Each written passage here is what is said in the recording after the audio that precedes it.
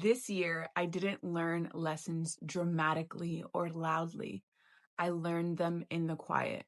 I learned them through delay. I learned them through discomfort. I learned them through a relationship that didn't work and one that now feels like an exhale. And so this video is on these lessons so that if you feel discomfort, if you feel emotional exhaustion, just know I didn't master this, I lived it. The first lesson that I learned is that it is my duty to be around like-minded individuals. For a long time, I thought, oh my gosh, it would be so nice if I was around people that thought like me, that cared like me, that valued like me. Like that would be so nice. But now I know it's my responsibility to be around like-minded individuals. When I am surrounded by people that don't think like me, that don't value like me, the things that I value, I both consciously and subconsciously shrink, dim, and limit my self-expression because they wouldn't understand what I think or how I think. But when I am around people that think like me, that value growth, that value care, that value self excavation and introspection, I light up, I rest, I just feel more comfortable being who I am. And that at its crux is alignment. I feel like I'm living in alignment and I feel aligned to myself. And I didn't realize how powerful that is, how healing that is, and how just like much it's hard to articulate how healing it is to be around people that think like you, that value like you, and how it is your responsibility to cultivate relationships like that, to cultivate friendships like that, to bow out of people in your life that are not in alignment to that, to the vibration that you are currently living. It is your responsibility. And it's not even about exclusion, it's about self-respect. I respect myself so much that I'm going to be in spaces where people value and honor the truest version of me, where I don't have to wear a mask or I don't have to like be like, oh, what am I saying? Something weird? No. What I say is the truth. What I believe is the truth for me. And I'm going to live and operate from that space. And I'm going to be with people that believe that and honor that and appreciate it. And it's like a thing of I love myself, therefore I'm going to be around people that value what I have to say and how I think, and vice versa. So that's the first lesson that I learned. And another thing is when you are around people that think like you, that value like you like stop doubting yourself. You stop having anxiety, you stop being insecure because you're with people that see you for who you are and elevate that. I feel like my most insecure eras was because I was with people that weren't in alignment with me. And so I was like, damn, am I weird? Is this weird? And it was because I was with people or around people that weren't in alignment to the truest essence of me. The second lesson that I learned is that you have to say no to misalignment in order to get what you are actually aligned for. I actually learned this through a relationship or a connection. And earlier this year, I dated someone, and on paper, perfection. Everything I wanted, but like it was missing a core thing I needed. And so I made the hard decision to bow out and to walk away and to say, no, thank you. And it was really like, I really cared about this person. And so to say no to something that was almost what I wanted was scary, was sad, was disheartening. But at the same time, I know that I was telling the universe something like this, but like with what I actually want and need. And so when you make space for when you make space for the things that you actually want, you'll have to say no to the things that are misaligned for you. You have to. And so that was teaching myself the art of precision and also showing the universe I'm ready for it. Are you really ready for the things that you actually want, the things that you actually are aligned for? If you're saying yes to maybes, to sometimes, no. It's, I want this and I'm going to decline every time. It's kind of like that because I know what I want. I know what order I put into the kitchen, and I will send back. I'll say, thank you. This was great. This was lovely, but this is not what I want. And I'll send it back to the kitchen until I get my order. And that's like abundance mindset. It's, if not this, it's something better. And I know that I deserve something better. So it's making space for what's actually right for you. You'll have to let go of the things that are not. So the third lesson that I learned was probably the most painful. And it was me in a job that was actually sucking the soul out of me. Like, it was a horrible, horrible, toxic, terrible environment.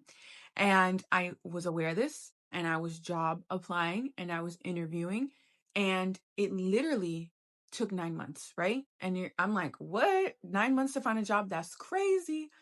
But what I didn't realize was that I was job searching, right? And once there was a new administration, the university that I was working for went on a hiring freeze. And the same week that the university goes and has a hiring freeze is the same week that I get a job offer. And the coincidence is that the university that I was working for, like, the people there were making my life actually hard and difficult on purpose because they wanted me to leave. And so once the hiring freeze came, I found out that they were like, okay, we can't make her life harder anymore because there's a hiring freeze. We won't be able to replace her. And so it wasn't until they saw the value that I had, that I was contributing, that I was given the opportunity to leave. And so the lesson here is that sometimes it's actually not about you. Sometimes it's about them. It's for them to learn the lesson to value you when you leave, when you're gone. And so I think this gave me so much peace because why did it take 9 months? Like, that's such a long time. But at the same time, it was because things needed to orchestrate in that way so that when I left, they were like, dang, we can't replace her. Why did we try to make her life so hard?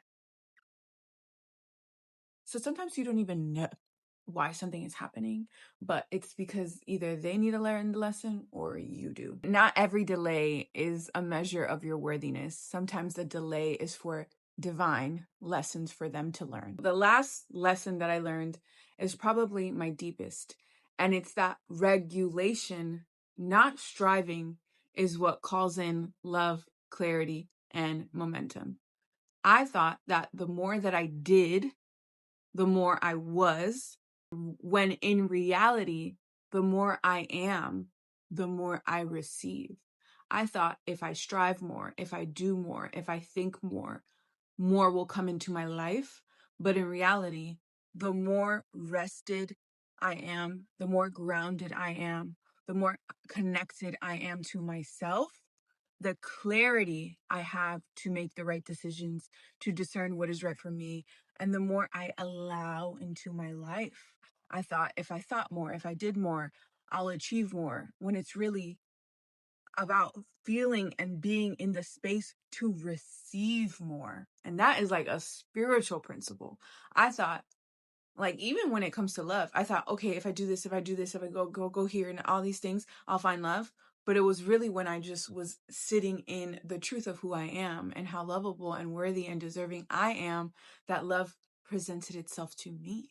So it's not about doing, it's about being. It's not about achieving, it's about receiving. And that is like a completely different paradigm shift to this capitalistic world. That thought is radical. Like, what do you mean you don't have to do in order to receive? But it's true. And even if you doubt that, can you even like revel in the things, in the joys and the blessings of your life if you are constantly striving, if you are constantly doing? How can you even bask in the beauty that is your life if you're constantly doing something? You can't. And that is restlessness. And that is a whole other video.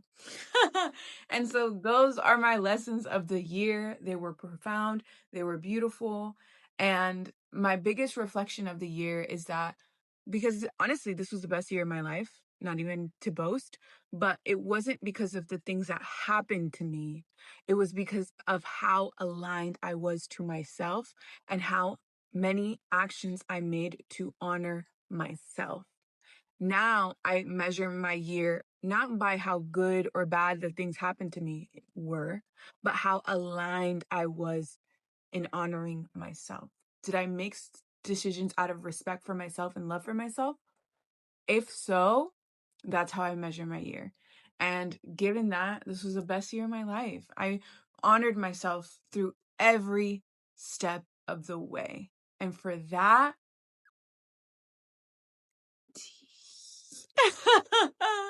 so if you are feeling heavy, if you are feeling like, why is this taking so long? The question is always, always, always, how can I love and support myself more? That is what matters. That is what changes, not the things outside of you, but how you respond to them. And so if this video resonated with you, if there's one lesson when you're like, ooh, I learned that lesson too, or ooh, that's a dope lesson, or ooh, tell me more, please comment, share, like, subscribe.